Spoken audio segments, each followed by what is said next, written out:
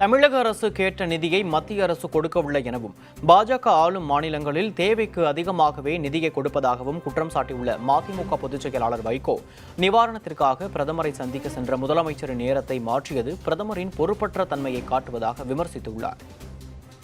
மிக பரிதாபகரமான நிலைமையிலே தென் மாவட்டத்தைச் சேர்ந்தவர்கள் இருக்கிறார்கள்.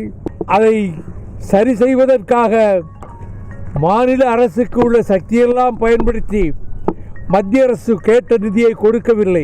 7300 கோடியை முதலே கொடுங்கள், பிறகு 12259 கோடி திரும்ப வேண்டும் என்று கேட்டதற்கு அவர்கள் வெறும் 450 கோடி ரூபாய் முதலே அனுப்பி வைத்துக் கொண்டு நாங்கள் மத்திய அரசாங்கத்திலிருந்து என்ன செய்ய முடியுமோ அது செய்கிறோம் என்கிறார்கள். பிஜேபி ஆளுகிற மாநிலங்களிலே அவர்களுக்கு தேவைக்கு அதிகமாகவே தருகிறார்கள்.